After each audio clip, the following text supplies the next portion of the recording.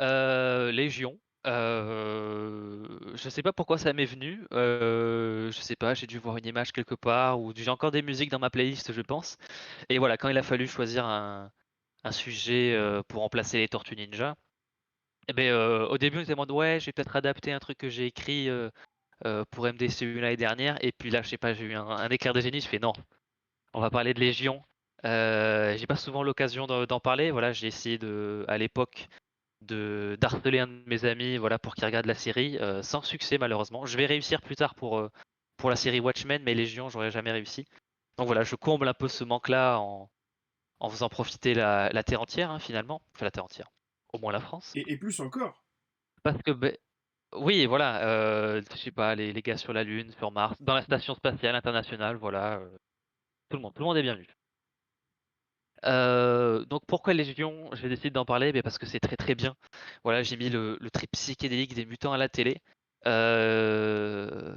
C'est un peu passé sous le radar à l'époque.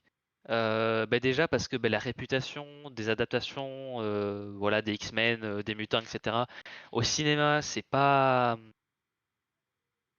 inégal. Il y a des choses très, très bien comme il y a des choses très, très pourries. Donc voilà, c'est toujours un peu on approche toujours un peu les choses avec, voilà, délicatement. Et beh, on va dire après la série adapte pas forcément les personnages les plus populaires déjà de la mythologie des X-Men, et puis même la série en elle-même, a une approche assez, je sais pas si compliqué c'est le bon mot, mais on va dire que c'est le genre de série où tu peux très vite être perdu si tu suis pas vraiment ce qui se passe. Donc c'est pas vraiment le genre de série que tu peux regarder, sur un deuxième écran en je sais pas, en bossant sur un Excel à côté. Exemple à la con, mais voilà, c'est un truc où vraiment ça fait un peu remuer les méninges. Donc une série qui n'est pas forcément, très, très, mainstream dans l'intention, mais je trouve que quand même il y a des très bonnes qualités qui compensent parfois les côtés les plus, obtus que peut avoir la série. Donc bon, Légion, de quoi ça parle? Eh bien, ça parle de David, voilà, qui est ici en image sur les 2 photos. Heu, je vais un peu reprendre, c'est une narration qui est aussi dans un désordre chronologique assez important.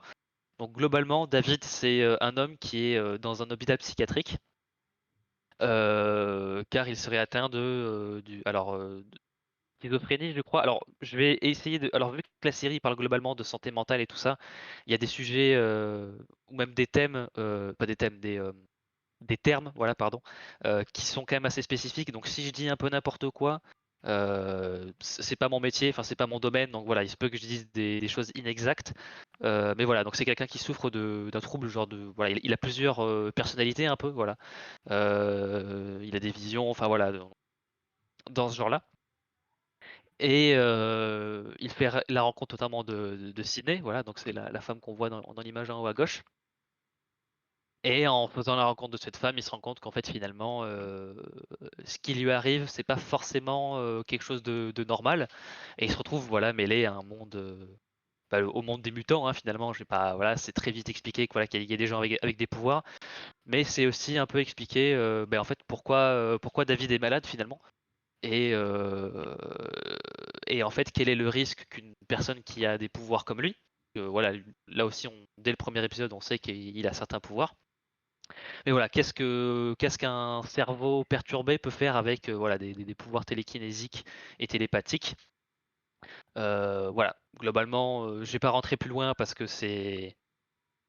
il y a beaucoup la série, aborde beaucoup, beaucoup de choses, avec, pas mal de personnages et on reviendra sur les personnages un peu plus tard. Mais en termes d'histoire, voilà, j'ai juste envie et aussi pour donner envie, voilà, c'est juste, aborder les questions de santé mentale, de relations, de responsabilité, voilà. Avec une couche de peinture X-Men, ou en tout cas mutant. Voilà, globalement, c'est un peu ça le schmilblick. Voilà, on dirait que j'ai 50 ans avec cette expression, mais voilà. Oui, un peu. Mais on ne juge pas. Oui, voilà. Donc globalement, le thème principal, ou du moins l'un des thèmes principaux, de cette série, voilà, comme j'ai dit, c'est la question de la santé mentale. Donc à la fois avec le côté, oui, qu'est-ce qui se passe quand on a des pouvoirs, alors là, pour le coup, David est très, très puissant, donc on est quasiment sur des pouvoirs quasi divins. Heu, alors, j'ai mentionné la télékinésie, la télépathie, mais au fur et à mesure des épisodes et des saisons, on découvre de plus en plus de pouvoirs. Voilà, ça reprend notamment un personnage des comics qui s'appelle Légion, hein, voilà. Qui alors dans les comics, hein, donc je vais pas parler dans la série, mais dans les comics, Légion, c'est un personnage qui, a aussi, plusieurs personnalités, qui coexistent au sein d'un même corps et à chaque personnalité, un pouvoir différent. Dans la série, c'est pas tout à fait pareil. Il y a des choses qui sont semblables, mais il y a des choses qui sont différentes. Donc voilà, on a quelqu'un qui a beaucoup de pouvoir, un niveau de pouvoir aussi très puissant, et on le voit un peu, bah, naviguer, à travers plusieurs épreuves, à travers plusieurs, alors travaux, enfin, on le voit travailler sur lui-même, sur sa psyché, sa psychologie. J'ai mis, l'image en bas à droite, c'est un peu voilà pour, voilà, quand tu peux bouger des choses avec ton cerveau et que ton cerveau va pas bien, voilà, donc il y a des scènes comme ça, très visuellement très, réussies, très frappantes et qui parlent tout de suite. Heu et je dirais même que cette photo-là, c'est peut-être l'un des trucs les moins, fous qu'on puisse voir en termes de démonstration de pouvoir. Donc malgré le fait que ce soit à la télé, il y a quand même une certaine ambition, créative, heu, même si le budget, bon, ça reste une série télé, donc le budget est pas énorme, mais il y a quand même une certaine envie de faire des choses, marquantes, sans forcément que ce soit genre des explosions de partout tout le temps. Mais voilà, il y a des idées, qui sont bien, utilisées au niveau de la représentation visuelle des pouvoirs et donc ce que j'ai mis dans l'image en haut à gauche, c'est un peu, là aussi c'est une autre idée créative de visualiser non pas ses pouvoirs là pour le coup, mais un peu ses batailles, internes, psychologiques. Il y a aussi toute sa backstory, qu'est-ce qui a pu lui arriver. Je vais pas dire qui, pourquoi, comment, mais voilà. C'est, avec l'aide de voilà une salle de classe pardon, un tableau, à créer, heu, une sorte de représentation de lui-même qui est un peu plus, dans le statut de professeur pour un peu essayer de le calmer, de le faire écouter la raison et voilà, expliquer tout ce qui se passe donc voilà et puis on le voit pas parce que c'est une image, mais par exemple, quand ils expliquent quelque chose, les dessins à la craie du tableau bougent en même temps, donc il y a un petit côté animation. Donc voilà, dans plein de scènes comme ça, que ce soit des choses, bah, pour des pouvoirs, censés être très impressionnants ou ne serait-ce que pour, de l'exposition, la série est tout le temps, voilà, ponctuée de visuels sympas, d'idées sympas. Donc rien que visuellement, ça vaut le coup. Alors, je pose la Pour, question que qu'on me pose à chaque fois, qu'on oui. sort à chaque fois. Est-ce que les effets spéciaux ont mal vieilli? Alors je branche mon PC, ne vous inquiétez pas. Heu, les effets spéciaux, beh, je dirais que globalement, pour moi, ils n'ont pas vieilli, même s'ils sont pas toujours très, top du top du top. Mais en fait, la série est suffisamment intelligente pour que, elle mette pas forcément en scène des choses qui sont trop ambitieuses pour ce qu'elle veut faire. Du coup, en fait, les effets numériques sont souvent, à la portée de ce qu'une série télé, alors je crois que ça a commencé en 2017, je crois, la première saison. Et puis même de toute façon, ça se voit que la série a été très bien, pensée en amont. Donc je pense qu'ils ont eu du temps pour voilà, tel plan, c'est tel visuel, enfin tel effet spéciaux. Donc je pense que les gens dessus ont eu le temps de bosser dessus et franchement, pour une série, ça a beaucoup de gueule, au niveau, technique, production. Heu, mais là où c'est le plus enfin, ce qu'il y a de plus impressionnant encore, c'est en termes d'idées, ça pourrait très bien passer dans un film et ce serait très cool à voir aussi, quoi. Donc non, pour moi, ça n'a pas mal vieilli. Après la série est Ok, pas très vieille. c'est Ah. vrai. Enfin après, remarque, il y a des choses qui sont relativement récentes et qui sont pas très bien fignolées en termes d'effets numériques. C'est Ça vrai existe aussi. aussi. Alors, Légion se facilite pas la tâche non plus, car il décide de se dérouler dans un contexte qu'il a lui-même choisi, hein. Alors j'ai mis un univers hors du temps, heu, car en fait la série alors elle se complique la tâche, mais aussi elle décide de ne pas s'embêter avec des choses comme, dans quelle période on est? Est-ce qu'on a des téléphones portables? Est-ce qu'il est logique que, une maison qui fasse très années 50 existe en même temps que, des technologies, pardon, des technologies, ultra futuristes où voilà, on a des écrans transparents et cetera. La série s'en fiche un peu, car elle décide d'adopter un ton un peu, alors je sais pas si ça se anachronique, où il y a pas vraiment d'époque ancrée, où, voilà, donc j'ai l'image en haut à gauche, ça permet aussi de parler des décors qui sont assez, bizarres. Voilà, on a un mec assis avec une espèce de panier d'osier sur la tête, avec, plein de petites guirlandes, enfin de loupiotes, sur fond avec un fond d'écran de forêt ou je sais pas trop quoi. Et alors je sais pas si ça se voit très bien à l'écran, mais en gros il y a 3. Alors j'allais dire 3 femmes, mais je sais pas parce qu'en gros elles ont un corps très féminin, mais elles ont un visage beaucoup plus masculin, une coupe, carrée avec une moustache, donc il y a un côté très, je sais pas, je dirais transgenre, et ça c'était même avant que ces questions-là arrivent de plus en plus, sur la scène publique et artistique.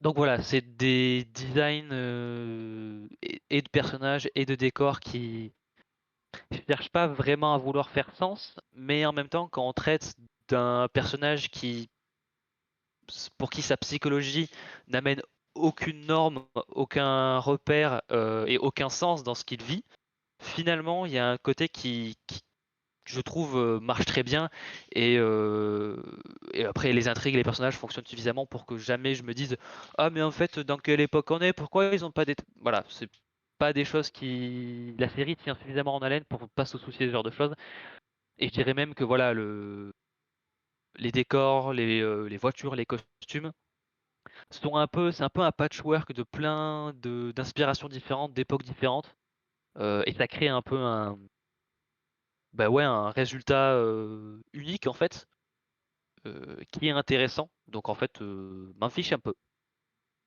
Heu, oui, Quantumania, c'est vrai que récemment c'était berk. Hem Et des personnages étranges et ésotériques, donc voilà, j'ai pu mentionner tout à l'heure, heu,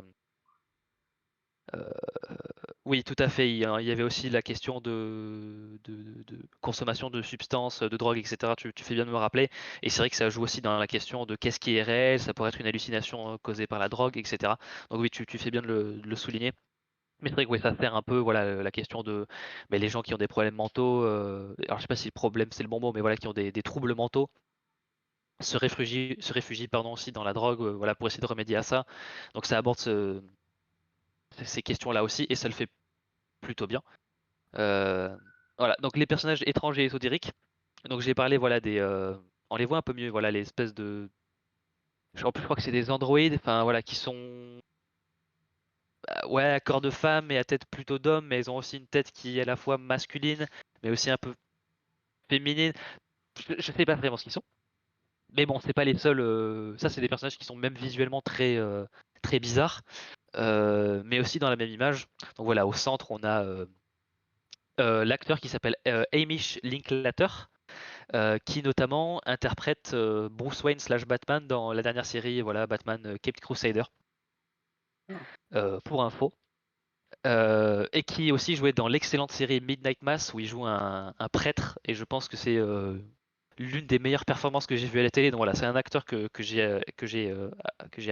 j'ai appris à beaucoup aimer ses performances.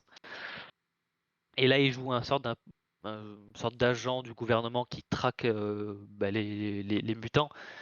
Mais bon, il y a un développement assez intéressant, voilà. Donc, et puis bon, il est défiguré à la suite d'un incident assez tôt dans la série. Donc voilà, rien que visuellement, il a un côté presque même, bon, peut-être pas double face, mais voilà, ça le rend quand même assez bizarre. Et juste à sa gauche et juste à sa droite, il y a, un homme et une femme. Alors il y a, Kerry et Carrie, on va dire, voilà. En anglais, c'est des noms qui sonnent beaucoup plus proches, l'un de l'autre.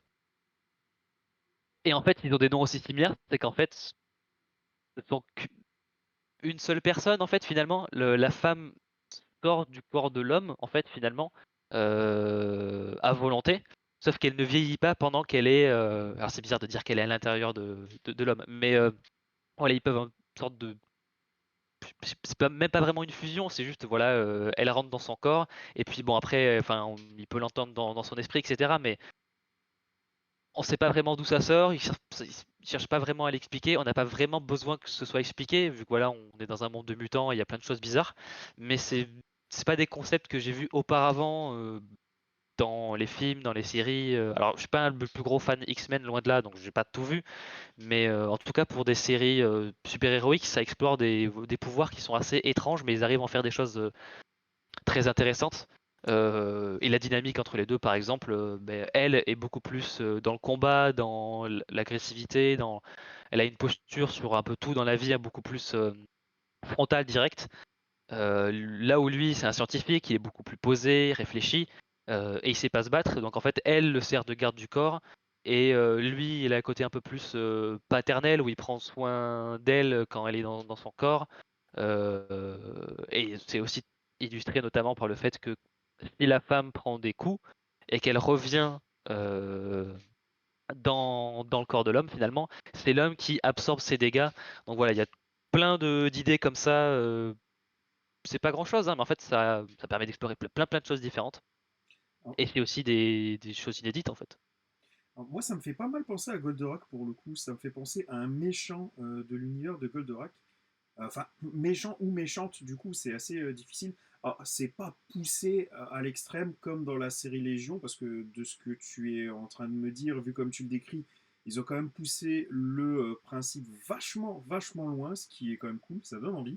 Et dans Goldorak, en fait, tu as dans le camp des méchants un des généraux du grand stratégaire. Je sais plus son nom, mais en fait, sa capacité, enfin, sa spécificité, c'est qu'en fait, son visage peut s'ouvrir en deux, de haut en bas, donc il s'ouvre comme on ouvre une double porte, en fait, tout simplement. Et là, en Mm. fait, il y a un personnage féminin, une sorte de vieille femme, qui peut apparaître debout dans le visage du méchant. Et tu as vraiment la différence de personnalité, c'est-à-dire que tu as le personnage fort, l'homme fort et viril qui est presque là la plupart du temps, et de temps en temps, tu as son visage qui s'ouvre, avec la vieille dame qui apparaît et qui donne son propre avis. Alors, sauf que tu n'as pas là, comme tu l'as dit, la distinction des corps, hein, ça ne va pas à ce point-là. Par contre, les deux personnages ont leur propre raisonnement, leurs propres objectifs, et je me demande si c'est pas ce qui va coûter leur perte à la fin, parce que à la fin, ils tombent dans une sorte de désaccord fatal, si je me souviens. Je Ok. peux le dire, hein, Goldorak, Alors, ça pour a sauver. 50 ans, hein. Oui, oui, oui. Il me semble alors aussi pour ceux qui ont. Alors, pour les 4 personnes qui ont joué au jeu Les Gardiens de la Galaxie, que je recommande parce qu'il est très très bien. Dedans, il y a le World Mind du corps des Nova, qui est pareil, qui a pas vraiment de genre spécifique. Donc en fait, quand il parle, il commence sa phrase et il a une voix d'homme, et la phrase finie, ça devient une femme et rebolote. Enfin, voilà. Donc c'est un autre exemple qu'il y a dans les comics, mais là c'est vraiment le concept qui est vraiment euh, poussé un peu plus loin et qui est quand même développé sur 3 saisons. Voilà, parce que du coup la série a 3 saisons. Voilà. Et est-ce qu'elle a une fin? Oui, D'accord. oui, oui, oui, oui, oui, oui. Donc, je pense que pour moi l'aspect, la qualité, je pense la plus frappante pour Légion, c'est que visuellement, euh, c'est l'une des séries, et même aujourd'hui, les plus créatives visuellement que j'ai vues. Euh, que ce soit dans la sphère visuelle de ce que les X-Men pourraient faire à l'écran, mais de manière générale, pour une série de manière standard, que ce soit en termes de montage, de transition, de musique, il y a vraiment tout le temps la volonté de jamais vraiment se répéter. Ou alors si on se répète, c'est par exemple quand un personnage fait un processus spécifique pour se concentrer en utilisant tel pouvoir, ils vont répéter ce genre de choses. Mais quand il y a des combats, voilà, entre les deux personnages qu'on voit dans l'image en haut à gauche, ben, un coup on représente leur combat voilà, comme un peu dans un animé, enfin avec de l'animation. Ils s'affrontent avec des épées, avec des jets, enfin voilà. Donc vu que c'est en animation, ils font ce qu'ils veulent. Mais dans un autre combat, ce sera en live action, quoi, en gros. Et vu que ce sont tous les deux des télépathes, le fait que leur combat se passe dans leur esprit permet de faire des choses. Enfin, ils font ce qu'ils veulent, il n'y a pas besoin d'avoir de logique. Donc, il y a un de leurs combats, c'est ils commencent et David initie l'ajoute comme un combat de lutte gréco-romaine. Puis un coup, ben, le méchant il commence à sortir un katana il est déguisé en soldat japonais classique. En réponse, David va sortir un tank. En réponse, le méchant va sortir une sorte de nuage de fumée, d'orage pour détruire le tank. Rebolote, rebolote. Enfin voilà. Donc c'est tout le temps chercher des affrontements différents. Alors il y a aussi des trucs beaucoup plus classiques où c'est juste deux personnages qui vont se foncer dessus. Il y a une espèce d'aura, d'énergie, voilà. Mais ils le refont pas une deuxième fois ou très très peu. Donc voilà, tout le temps ça cherche à renouveler plein de choses.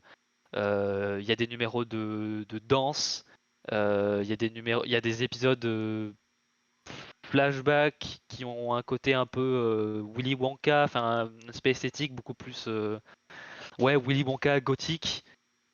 Mais en fait la série s'assume tellement dans sa multiple identité, à la fois dans celle de David, mais aussi dans son propre style que ben on s'en fiche en fait finalement.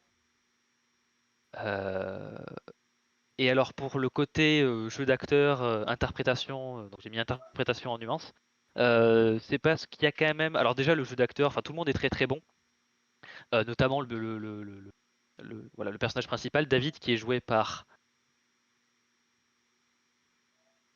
En plus j'adore cet acteur, Dan Stevens, voilà, qui est britannique, mais qui dans la série joue un Américain, et l'accent est très plausible. Les méchants qu'on voit en bas à droite. Alors, de quel pays il est? Alors je sais que l'acteur parle le persan, l'allemand, le français et l'anglais. Donc en fait on le voit parler dans les quatre langues. Et chaque langue en fait, dès qu'il parle un peu plus comme un guerrier, il va parler en allemand. Comme il parle un peu plus comme quelqu'un de beaucoup plus romantique, et voilà, il va parler en français. Quand il est plus dans la philosophie, il va parler en persan. Et dans les dialogues les plus courants, il parle en anglais. Donc voilà, il y a plein de facettes à plein de personnages. Les méchants sont pas si méchants, ou en tout cas ils ont de bonnes raisons, ou ils ont une évolution intéressante. Les héros sont pas forcément tout le temps si héroïques, ou alors ils ont un arc intéressant. Enfin voilà, enfin il y a personne de mauvais dans la série. Il y a l'acteur notamment, j'aime beaucoup Jemaine Clement, un acteur australien. Il y a Jean Smart, voilà, qui est une actrice très connue aussi. Dan Stevens, Amy Schlinklater. Il y a même John Hamm dans un espèce de sorte de caméo plutôt sympa. Enfin voilà, il y a plein d'acteurs, tous très bons, au service d'une histoire assez à la fois étrange, multiple, mais bien ficelée. Euh, la série est créative, oui, créative visuellement. Euh, oui, exactement. Oui, Matt, c'est un peu le même genre de combat que dans la série Sandman, où oui, Morpheus affronte Lucifer. Je pense notamment que enfin, Légion s'en a inspiré, parce que voilà, le comics Sandman, c'est euh, les années 80, je crois, c'est à peu près en même temps que Watchmen, un peu après, il me semble. Donc oui, c'est un peu dans cet esprit-là. Donc voilà, je ne peux que recommander, j'allais dire Watchmen, c'est dans ma tête. Je ne peux que recommander Légion, pardon. Je vais quand même reconnaître que la série peut être assez exigeante, non pas que si, enfin, il faut être intelligent pour regarder, mais c'est que ben, en fait, vu que ça aborde les choses de manière très fragmentée au début, parce que ça reflète un peu aussi l'esprit fragmenté de David, ce qui fait que ça peut quand même être assez perturbant, parce qu'on passe d'un endroit à un autre et on ne sait pas encore trop pourquoi ou comment. C'est fait exprès et c'est expliqué, mais c'est vrai que sur le moment ça peut être compliqué. Et même les saisons d'après continuent d'aborder des choses euh, voilà, assez complexes à appréhender. Donc voilà, il faut bien prêter attention à ce qui se passe. Donc voilà, je peux reconnaître que là, le visionnage peut parfois être un peu ouais, exigeant. Voilà, faut y aller de manière assez régulière, parce que voilà, si vous arrêtez de regarder pendant 2-3 semaines, vous pouvez avoir du mal à se souvenir de ce qui se passe. Et des fois, ça peut être très important. Mais globalement, je trouve que c'est quand même une série qui en vaut la peine. Voilà. Que, je crois que c'est, il me semble que c'est sur Disney Plus depuis que Disney a racheté la Fox. Je crois que ça y est encore. Donc voilà, il y a 3 saisons, je crois qu'il y a 24 ou 25 épisodes en tout, quelque chose comme ça. Donc je pense entre 40 et 1 heure, 40 minutes et 1 heure à peu près. Ce Donc qui n'est pas une longue série, du coup, on est d'accord, vu qu'il y avait le débat la semaine dernière. oui, pour moi c'est pas long. Non, C'est pas je pense très, pas, c'est je pas, trouve pas non plus. Ouais, ouais. voilà, c'est pas court non plus, mais c'est pas long. On va dire ça.